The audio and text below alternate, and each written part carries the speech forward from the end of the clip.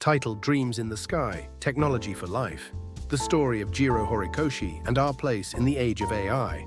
Have you ever looked up at the sky? Have you ever felt your heart tremble as light pierced through the clouds? The wind is rising. We must try to live. Many know this phrase, but how many have truly understood what it means to live? Once, there was a man who gazed at the sky with unwavering passion.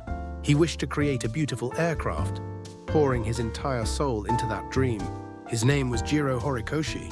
The fighter plane he designed shook the world. It was known as the Zero Fighter. But behind its legend lies something far more complex than a tale of military genius.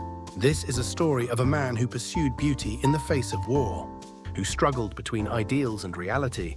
And now, in our era dominated by artificial intelligence, the question is, how do we carry his spirit forward? Our story begins at the end of the Meiji era with a small boy and a big dream. Jiro Horikoshi was born in 1903 in Fujioka, Gunma Prefecture. Coincidentally, this was the same year the Wright brothers made the first powered flight. As if destined, Jiro entered a world just beginning to take flight. From a young age, he was captivated by the sky. He studied the wind, the clouds, and the flight of birds. Obsessed with paper airplanes, he improved them daily, just to make them fly farther. But within that simplicity burned a deep desire to dance freely in the sky. His classmates laughed at him. "What's the point of staring at the sky?" they'd say. But Jiro cared more for his passion than the opinions of others. Little did he know that passion would one day change the world.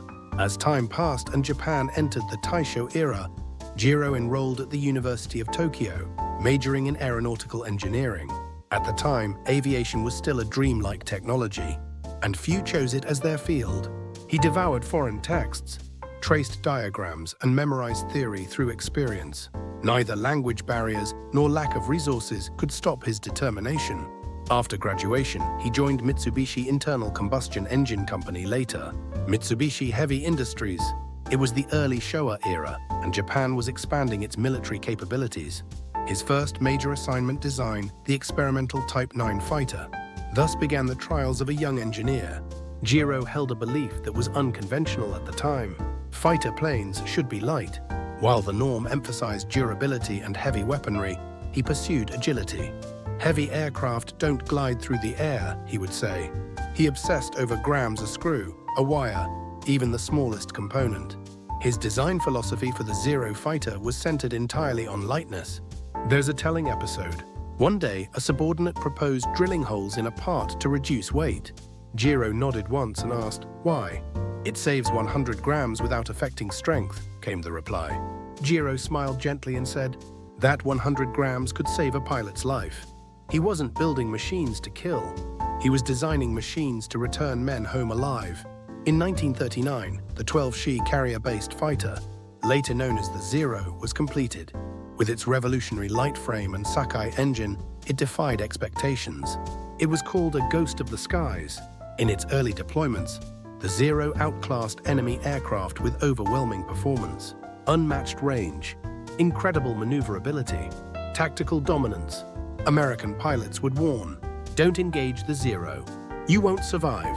But Jiro was torn. He had wanted to build something beautiful, something that soared.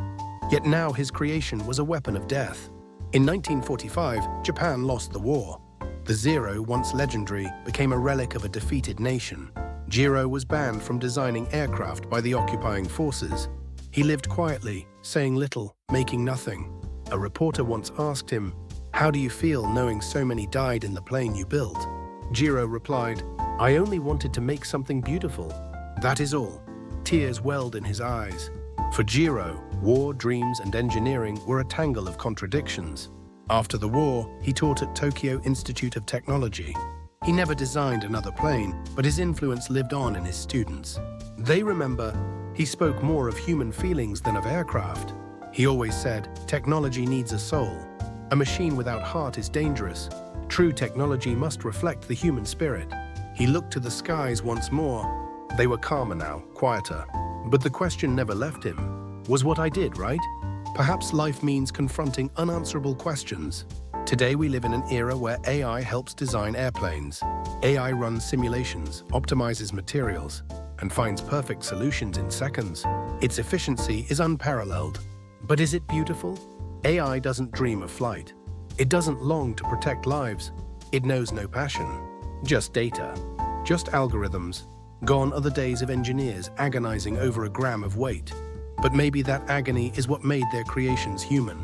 Jiro's planes were not just machines. They were his life, his beliefs given wings.